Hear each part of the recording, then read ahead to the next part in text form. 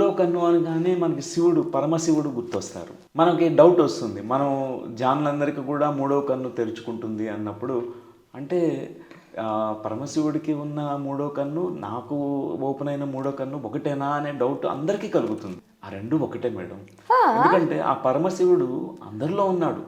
జీవుడే శివుడు అంటాం. మానవుడే మాధవుడు అంటాం.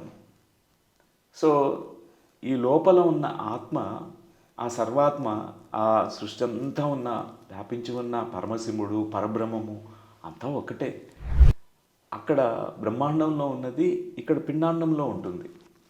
ఈ అండాండంలో పిండాండంలో ఉంటుంది. అంటే ఆ యొక్క పైలోకాల్లో ఏదైతే మనం ఊర్ధ్వలోకాల్లో ఉన్నటువంటి ఉన్నత ఆత్మలు, ఫర్ ఎగ్జాంపుల్ థర్డ్ ఐ, వాళ్ళ స్టోరీస్ కానీ మన గ్రంథాలలో అవన్నీ కూడా ప్రతి మనిషిలో కూడా ఉన్నాయి.